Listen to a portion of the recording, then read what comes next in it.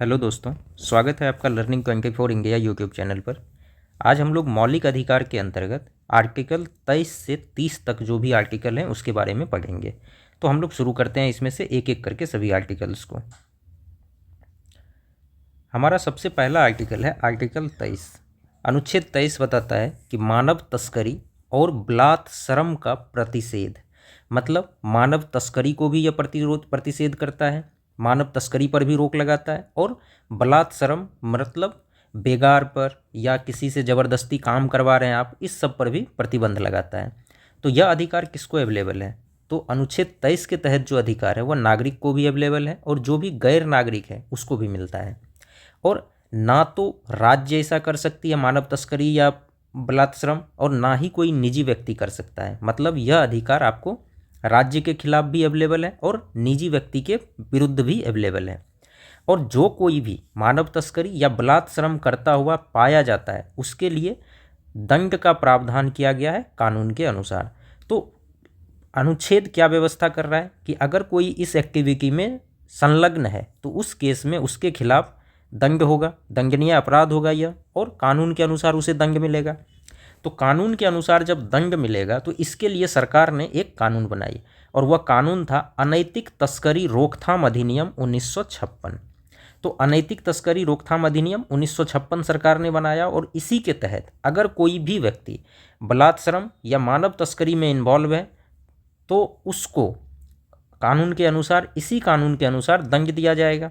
अब मानव तस्करी में क्या आता है, तो बात कर रहे हैं हम लोग मानव तस्करी की। तो मानव तस्करी में जैसे हम लोग सुनते हैं कि महिलाओं की तस्करी करते हैं लोग, बच्चों की तस्करी करते हैं, पुरुषों की तस्करी करते हैं। और तस्करी करके करता क्या, उसको खरीदता बेचता है। किसके लिए? या तो उसको गुलाम बनाने के लिए खरीदता बेचता है, उसको क्या करता है, खरीद बेच के गुलाम बनाता है। या उसके मानव अंग की तस्करी करता है, मानव तस्करी करके उसके अंग निकाल कर उसको खरीदता बेचता है।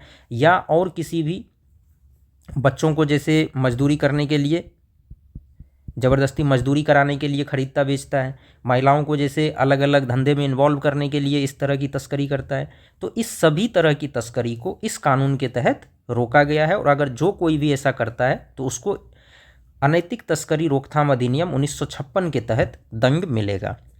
अब हम लोग कह रहे हैं कि बलात्संग का भी प्रतिषेध है। तो बलात्संग में क्या सब आता है? बलात्संग में सबसे पहले आता है बेगार, और दूसरा आता है जबरन मजदूरी। बेगार का मतलब है कि आप किसी को कोई पैसा नहीं दे रहे हैं, कोई पारिश्रमिक नहीं दे रहे हैं, लेकिन उससे काम करवा रहे हैं। मतलब उससे काम तो करवा रहे हैं लेकिन बिना किसी मजदूरी के आप काम करवा रहे हैं, उसको कोई पैसा नहीं दे रहे हैं, या उसको उसके बदले कुछ भी नहीं दे रहे हैं। काम के बदले ज़रूरी नहीं है कि पैसा ही दिया जाए, उसको खाना दे दें या उसको किसी दूसरे कर्म में उसको पेमेंट करें। तो लेकिन आप कुछ भी उसको पेमेंट नहीं कर रहे हैं, आप उससे काम करा रहे हैं, वो भी फ्री में। अनिवार्य काम किस तरह से करा रहे हैं? फ्री में। आप उसको कोई पेमेंट कर ही नहीं रहे हैं, किसी भी फॉर्म में पेमेंट नहीं कर रहे हैं, तो यह बेगार है, इसको रोका गया है।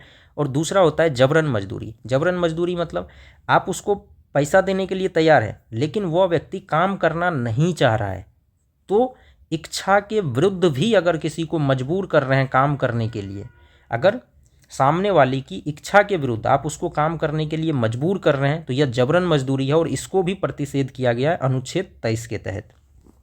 दूसरा इसमें आता है कि वह काम करने के लिए भी तैयार है लेकिन आप उसको काम तो करा रहे हैं लेकिन जो एक न्यूनतम मजदूरी होना चाहिए उससे कम पर काम करा रहे हैं, तो यह भी जबरन मजदूरी के अंदर आता है। तो आप ध्यान रखेंगे जबरन मजदूरी में दो कॉन्सेप्ट है। पहला ये हो गया कि काम करना नहीं चाह रहा है, फिर आप ज़बरदस्ती उससे काम करा रहे हैं, तो जबरन मजदूरी है। और न्यूनतम मजदूरी, बिना न्यूनतम मजदूरी दिए हुए अगर आप उससे काम करा रहे हैं तब भी यह जबरन मजदूरी की कैटेगरी में आता है। और बेगार में क्या है, आप काम करा रहे हैं फ्री में, बिना कुछ दिए हुए उससे काम करा रहे हैं, तो यह बेगार है। और इन दोनों को ही अनुच्छेद 23 के तहत प्रतिबंधित किया गया है। अनुच्छेद 23 के तहत इन दोनों को भी प्रतिबंधित किया गया है। तो कुल मिलाकर मानव तस्करी, बेगार और जबरन मजदूरी, इन तीनों को अनुच्छेद 23 के तहत प्रतिबंधित किया गया है। और अगर जो कोई भी इस तरह की एक्टिविटी में इन्वॉल्व है उसको कानून के अनुसार दंड दिया जाएगा। लेकिन इसका एक अपवाद है कि राज्य जब भी चाहे, जब सरकार चाहे, तो सार्वजनिक उद्देश्य के लिए आपसे अनिवार्य सेवा करा सकती है। और वह भी अनिवार्य सेवा किस तरह का होगा? या तो सामाजिक सेवा करवा सकती है या सैन्य सेवा करवा सकती है। जैसे अगर मान लीजिए देश में महामारी फैल जाए, देश में महामारी फैल जाए या देश किसी संकट में हो, तो उस केस में सरकार नागरिकों से अनिवार्य सेवा, सामाजिक सेवा के लिए फोर्स कर सकती है। इसी तरह युद्ध के समय अगर युद्ध हो जाए और स्थिति ज़्यादा खराब हो जाए, हमारी सेना कम पड़ने लगे, तो उस केस में सरकार नागरिकों से सैन्य सेवा के लिए फोर्स कर सकती है कि नागरिक सैन्य सेवा में आए और देश की रक्षा करें। तो यह एक अपवाद है, इसके अलावा कोई भी अपवाद इसमें नहीं है। आगे बढ़ते हैं। अगला है हमारा इसी में अनुच्छेद 24। अनुच्छेद 24 कहता है कारखानों में और बाकी जगह भी बच्चों के नियोजन का प्रतिषेध। मतलब जो बच्चे हैं 14 वर्ष से कम के जितने भी बच्चे हैं वह किसी भी प्रकार के काम में इन्वॉल्व नहीं किए जा सकते हैं। तो 14 साल के से कम के बच्चों को ना तो आप कारखानों में काम पर लगा सकते हैं, ना ही बाकी जगह काम पर लगा सकते हैं। तो जैसे फैक्ट्री हो, खदान हो या अन्य कोई खतरनाक गतिविधि हो, इस सब में 14 साल से कम के बच्चों को आप काम पर नहीं लगा सकते हैं। लेकिन बाद में क्या हुआ, 2006 में जाके यह कहा गया कि जितने भी व्यावसायिक प्रतिष्ठान हैं, जैसे होटल हो गया, ढाबा हो गया, रेस्टोरेंट हो गया, दुकान हो गया, रिजॉर्ट, चाय की दुकान, हम लोग अक्सर देखते थे कि चाय की दुकान पर, होटल में, ढाबा में, रेस्टोरेंट में, इन सभी जगहों पर बच्चे अक्सर काम करते हुए दिख जाते थे। लेकिन 2006 में जब राइट टू एजुकेशन आया, अनिवार्य शिक्षा, जब अनिवार्य शिक्षा का अधिनियम आया, जब 6 से 14 वर्ष तक के बच्चों के लिए अनिवार्य शिक्षा का अधिनियम आया, तो इसके अंतर्गत 2006 में जाके यह प्रावधान कर दिया गया कि होटल, ढाबा, रेस्टोरेंट, रिजॉर्ट, चाय दुकान, इन सभी जगहों पर भी 6 से 14 वर्ष के बच्चे, मतलब 14 वर्ष से कम आयु के कोई भी बच्चे काम नहीं कर सकते हैं और उसके रोजगार पर प्रतिबंध लगा दिया गया। तो अभी के समय में यह है कि 14 वर्ष से कम के बच्चे किसी भी गतिविधि में काम नहीं कर सकते हैं, चाहे वह गतिविधि खतरनाक हो या नहीं हो। हाँ, लेकिन अगर आर्ट से रिलेटेड, कला से रिलेटेड कोई चीज़ है तो उसमें वह काम कर सकता है। कला से रिलेटेड उसको यह माना जाता है कि उसके कला का निखार हो रहा है, मतलब वो अपने कला को सुदृढ़ कर रहा है, समृद्ध बना रहा है, वह अपने व्यक्तित्व में निखार ला रहा है। तो इसलिए हम लोग बाल कलाकार में, जैसे हम देखते हैं कि बाल कलाकार में लोग, बच्चे काम करते हैं, तो यह अलग तरह का कॉन्सेप्ट होता है। इसमें आप काम कर सकते हैं क्योंकि वह उसके व्यक्तित्व को, उसके कलात्मक कला के क्षेत्र में उसको आगे बढ़ा रहा है। तो आप काम नहीं कर सकते हैं, लेकिन बाल कलाकार या इस तरह की बाकी चीज़ें जो आपके ओवरऑल व्यक्तित्व को बढ़ाता है या आपके जीवन में और ज़्यादा आपको अच्छा बनाता है, तो उस चीज़ में आप काम कर सकते हैं। अब जब इसको प्रतिबंधित किया गया तो इसके लिए सरकार ने एक अधिनियम लाया है और यह 1986 ईस्वी में जाकर बाल श्रम निषेध और विनियमन अधिनियम 1986 आया और इसके तहत इन सभी चीज़ों को प्रतिबंधित किया गया। बाद में 2016 में इसको संशोधित किया गया और जो पहले बाल श्रम निषेध और विनियमन अधिनियम था उसको अब जाकर बाल और किशोर श्रम, इसको भी ऐड कर दिया गया। मतलब बाल और किशोर श्रम निषेध और विनियमन अधिनियम 1986 कर दिया गया। अब हम लोग देखते हैं कि जब इन सभी चीज़ों को प्रतिबंधित किया गया, सभी तरह के काम को प्रतिबंधित किया गया, तो बच्चों के अधिकार की बात हो रही थी। तो बच्चों के अधिकार के लिए 2005 में जाकर एक आयोग आता है और वह आता है बाल अधिकार संरक्षण आयोग अधिनियम 2005 लाया गया। क्योंकि बच्चों के अधिकार की बात कर रहे हैं, बिना प्रॉपर आयोग बनाए हुए उसके अधिकार की रक्षा करेगा कौन? तो इसके लिए 2005 ईस्वी में जाकर एक अधिनियम आता है संसद का, बाल अधिकार संरक्षण आयोग अधिनियम 2005, और इसके तहत सभी राज्यों में एक राज्य आयोग और राष्ट्रीय स्तर पर एक राष्ट्रीय आयोग की व्यवस्था की गई बाल अधिकार के संरक्षण के लिए। तो 2005 के अधिनियम के तहत बाल अधिकार संरक्षण के लिए राष्ट्रीय आयोग और राज्य आयोग की व्यवस्था की गई। तो ये ध्यान रखेंगे कि एक राष्ट्रीय आयोग है और सभी राज्यों में राज्य आयोग है, और साथ ही साथ बाल न्यायालय की भी व्यवस्था की गई। तो बाल न्यायालय की व्यवस्था की गई और इसको काम दिया गया कि जो बच्चों के खिलाफ जितने भी अपराध होते हैं या उनके अधिकारों का अगर कहीं उल्लंघन हो रहा है तो उस केस में त्वरित सुनवाई हो सके, जल्दी से सुनवाई हो सके, इसके लिए बाल न्यायालय की व्यवस्था की गई। तो ध्यान ये रखना है कि 2005 ईस्वी के बाल अधिकार संरक्षण आयोग अधिनियम के तहत राष्ट्रीय आयोग की व्यवस्था की गई, राज्य आयोग की व्यवस्था की गई और बाल न्यायालय की व्यवस्था की गई। ये 3 व्यवस्थाएं हुई, राष्ट्रीय आयोग, राज्य आयोग और बाल न्यायालय। और बाल न्यायालय को यह कार्य सौंपा गया कि जितने भी बच्चों के खिलाफ अपराध हो रहे हैं या उनके अधिकारों का कहीं भी उल्लंघन हो रहा है तो उस केस में वह त्वरित कार्रवाई करे। आगे बढ़ते हैं। अगला है हमारा अनुच्छेद 25 से 28 तक में धर्म की स्वतंत्रता का अधिकार, मतलब धार्मिक स्वतंत्रता का अधिकार, कि कोई भी व्यक्ति या कोई भी समुदाय अपने धर्म से संबंधित जो भी उनको स्वतंत्रता दी गई है वह इस आर्टिकल में दिए गए हैं। तो सबसे पहला है इसमें अनुच्छेद 25। अनुच्छेद 25 कहता है अंतःकरण की, अनुच्छेद 25 कहता है अंतःकरण की, धर्म के स्वतंत्र रूप से मानने की, अभ्यास की और प्रचार की स्वतंत्रता। मतलब आप किसी भी धर्म को स्वतंत्र अब मानिए, कोई इशू नहीं है, कोई आपको नहीं रोक सकता है। आप उस धर्म से संबंधित जो भी प्रावधान है उसका अभ्यास कीजिए, उसका प्रचार प्रसार कीजिए, और अंतःकरण की मतलब आप अपने कंसाइंस के अनुसार ये सब कीजिए, कोई आपको नहीं रोक सकता है। और यह अधिकार सभी नागरिकों को भी दिया गया है और गैर नागरिकों को भी दिया गया है। लेकिन आपको अपने धर्म को मानने का अधिकार है, उसका अभ्यास करने का अधिकार है, प्रचार भी करने का अधिकार है, लेकिन किसी भी दूसरे व्यक्ति को अपने धर्म में परिवर्तित करने का अधिकार शामिल नहीं है इसमें। ऐसा नहीं कह सकते हैं कि आप किसी भी दूसरे व्यक्ति को अपने धर्म में परिवर्तित कराने चल दें और ये आपका अधिकार हो जाए, ये नहीं है आपको। तो धर्म में परिवर्तित कराने का अधिकार आपको नहीं है, ठीक है। तो धर्म में शामिल कराने का अधिकार इसके अंतर्गत नहीं आता है। यह सिर्फ और सिर्फ आपके लिए है कि आप अपने धर्म को मानिए, अभ्यास कीजिए और प्रचार कीजिए, कोई दिक्कत नहीं। आगे बढ़ते हैं। अगला है अनुच्छेद 26। अनुच्छेद 26 कहता है कि धार्मिक मामलों के प्रबंधन की स्वतंत्रता। तो पहला तो ये था कि आप अपने धर्म को मानिए, प्रचार कीजिए, अभ्यास कीजिए, कोई दिक्कत नहीं। अब है कि धार्मिक मामले में जो भी आप धर्म मान रहे हैं उससे संबंधित सभी मामलों को आप प्रबंधन कर सकते हैं। तो प्रबंधन करने के लिए क्या कहता है यह अनुच्छेद कहता है कि जो भी धार्मिक संप्रदाय है या उसका कोई भी खंड, तो यहाँ पर एक चीज़ हम देख रहे हैं कि ऊपर जो अनुच्छेद 25 था ये व्यक्तिगत था कि कोई भी व्यक्ति इस तरह का सब कुछ कर सकता है, अपने धर्म को मान सकता है, अभ्यास कर सकता है, प्रचार कर सकता है। जबकि यहाँ पर क्या है, ये सामूहिक है। ये क्या है, सामूहिक है, क्योंकि यहाँ बात हम कर रहे हैं धार्मिक संप्रदाय की, यहाँ बात कर रहे हैं उसके खंड की। तो जब धार्मिक संप्रदाय या उसके खंड की बात कर रहे हैं तो ये एक सामूहिक गतिविधि की बात हो रही है।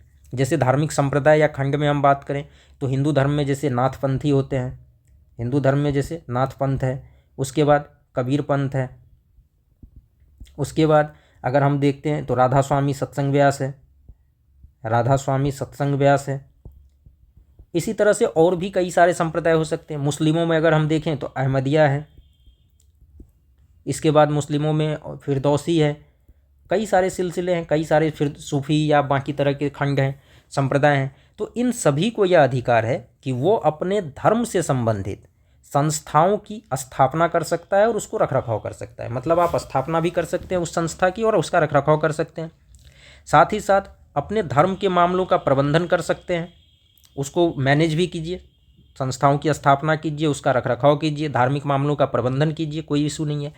उसके बाद धर्म से संबंधित संस्थाओं के लिए आप चल अचल संपत्ति का अधिग्रहण भी कीजिए और उसका स्वामित्व भी रखिए। मतलब आप संपत्ति खरीद सकते हैं, उसको चला भी सकते हैं, कोई दिक्कत नहीं है। लेकिन जो भी इस तरह का प्रशासन होगा, जो भी ये संपत्ति का प्रशासन होगा, वह कानून के अनुसार होगा और यह भी अधिकार आपको है कि कानून के अनुसार उसका प्रशासन चलाइए। तो यह कुल मिला के एक सामूहिक अधिकार है किसी भी धार्मिक संप्रदाय या उसके खंड को कि वह धर्म के उद्देश्य के लिए कोई भी संस्था बनाए, उसकी स्थापना करे, उसका रखरखाव करे, अपने धर्म के मामलों का प्रबंधन करे, संस्थाओं के लिए चल अचल संपत्ति का अधिग्रहण करे, स्वामित्व करे, और जो यह संपत्ति बनाया गया है कानून के अनुसार उसका प्रबंधन करे। कोई दिक्कत नहीं है, कानून के अनुसार उसका प्रशासन या प्रबंधन करे। तो यह 2 आर्टिकल हो गए। आगे बढ़ते हैं। अगला है हमारा अनुच्छेद 27। अनुच्छेद 27 कहता है धर्म के प्रचार के लिए कराधान से स्वतंत्रता।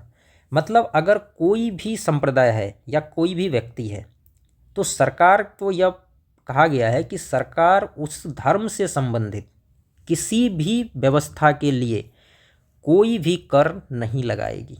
मतलब हम पहले ही बात कर रहे थे कि सभी धार्मिक संप्रदाय को या उसके खंड को संस्था बनाने का, उसके लिए चल अचल संपत्ति अर्जने का, उसको खरीदने का, उसका प्रशासन करने का अधिकार है। तो सरकार को यह कहा गया है कि आप किसी भी धार्मिक संप्रदाय पर कर नहीं लगा सकते हैं, टैक्स नहीं लगा सकते हैं।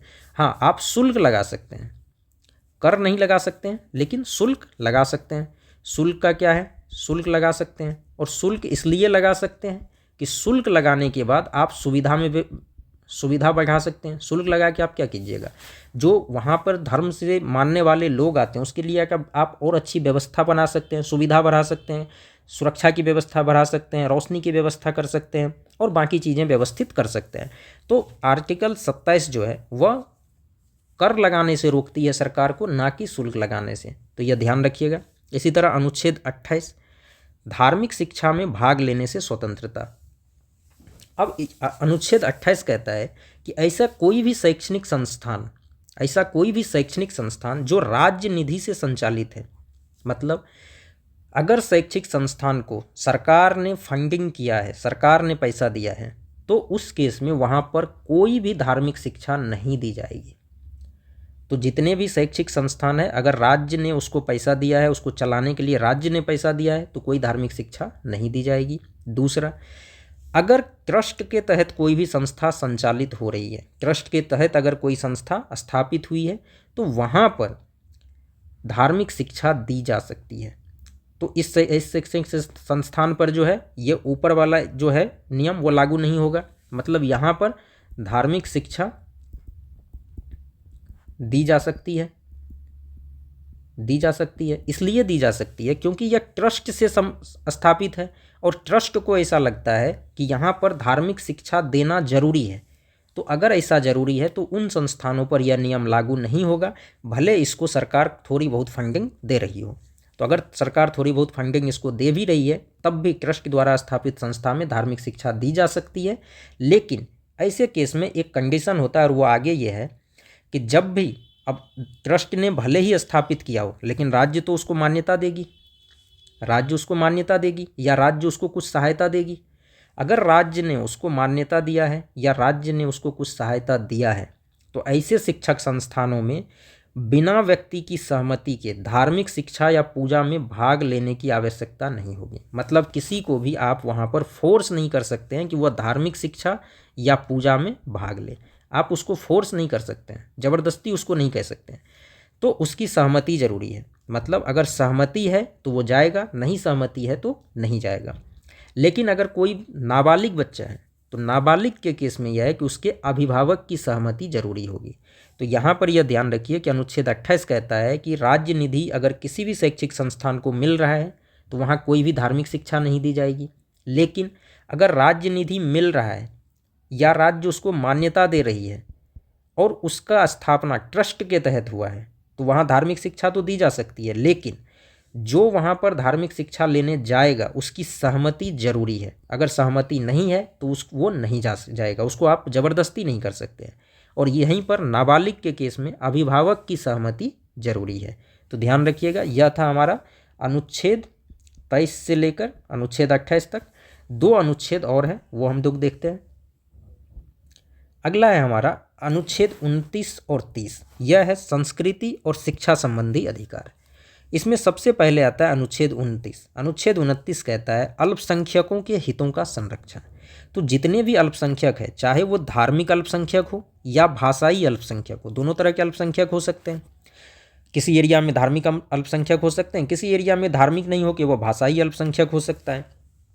तो उनके हितों के संरक्षण की बात अनुच्छेद 29 करता है। अब इन अल्पसंख्यकों की खासियत ये होती है कि इनकी अपनी विशिष्ट भाषा होती है, लिपि होती है या संस्कृति होती है। तो उनको यह अधिकार दिया गया है कि वो अपनी विशिष्ट भाषा, लिपि या संस्कृति का संरक्षण कर सकता है। तो इन सभी व्यक्तियों को, चाहे वो धार्मिक अल्पसंख्यक हो, चाहे वो भाषाई अल्पसंख्यक हो, उनको अपनी भाषा, लिपि और संस्कृति को संरक्षित करने का मौलिक अधिकार अनुच्छेद 29 के तहत दिया गया है। अब यहाँ पर यह है कि इस अधिकार को संरक्षित करने में, मतलब भाषा, लिपि या संस्कृति को संरक्षित करने में राज्य सभी को समान रूप से सहायता करेगी। राज्य जो है वो समान रूप से सहायता करेगी, और केवल धर्म, मूलवंश, जाति या भाषा के आधार पर राज्य द्वारा पोषित जिस भी संस्थान को राज्य फंडिंग कर रही है, निधि दे रही है, ऐसे किसी भी शैक्षिक संस्थान में प्रवेश से वंचित नहीं किया जाएगा।